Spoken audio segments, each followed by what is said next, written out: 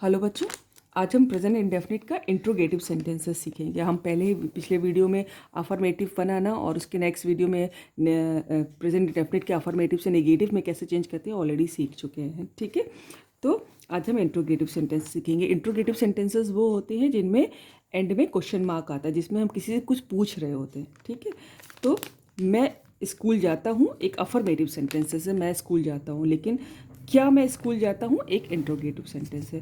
तो बच्चों इसका रूल ये होता है कि सबसे पहले लिंकिंग वर्ब डू या डज जो भी रखना हो आपको। अगर सब्जेक्ट सिंगुलर होगा, ठीक है, तो डज। अगर सब्जेक्ट प्लूरल होगा तो do, plus subject plus main verb, verb की first form plus object. This is the rule.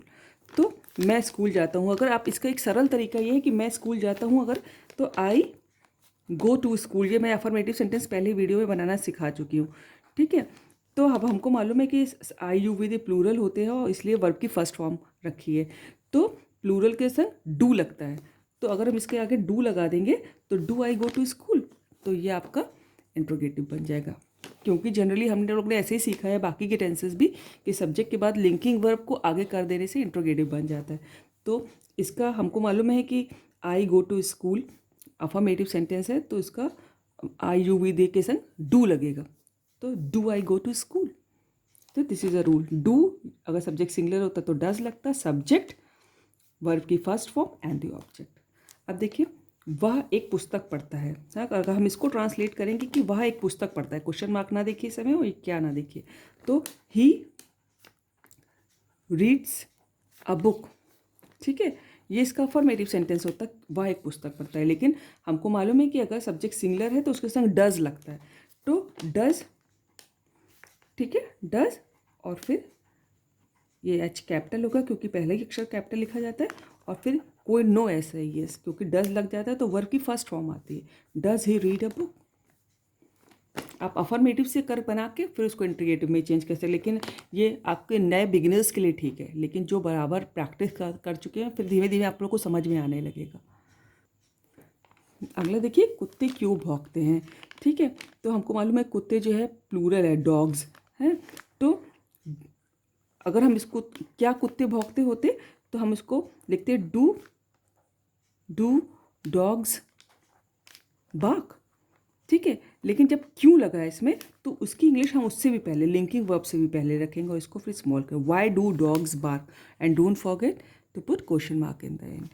कुत्ते क्यों भौंकते हैं, तो उसका रूल ये निकल के आया कि अगर कब, क्यों, कहाँ, कैसे कुछ भी आए तो सबसे पहले उसकी इंग्लिश, फिर लिंकिंग वर्ब डू या डज, जो कुछ भी लगा होगा। सब्जेक्ट सिंगुलर होगा तो डज लगेगा, सब्जेक्ट प्लूरल होगा तो डू लगेगा। ठीक है, फिर सब्जेक्ट, फिर वर्ब की फर्स्ट फॉर्म और फिर ऑब्जेक्ट। ये रूल हो जाता है ऐसे में। ठीक है, क्या सूर्य पूरब से निकलता है, तो सूर्य पूरब से निकलता है, sun rises in the east. तो सब्जेक्ट सिंगुलर है तो लिंकिंग वर्ब इसका डज हो जाएगा, डज द सन, फिर राइज हो जाएगा क्योंकि डू डज लगने के बाद वर्ब की सिर्फ फर्स्ट फॉर्म आती है, does the sun rise in the east.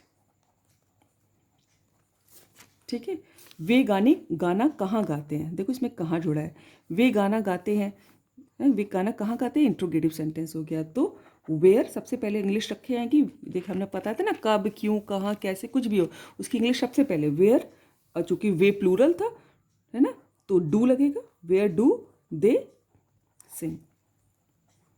इस रूल को याद रखना है आपको।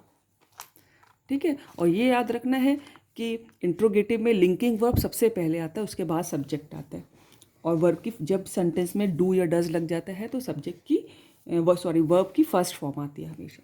ठीक है, और लेकिन कब, क्यों, कहाँ, कैसे सेंटेंस में होगा तो उसकी अंग्रेजी लिंकिंग वर्ब से भी पहले हो जाएगी। So try to get it, it's little bit difficult I know, but if you will watch it regularly and you pay your attention, I am sure you definitely you will get it.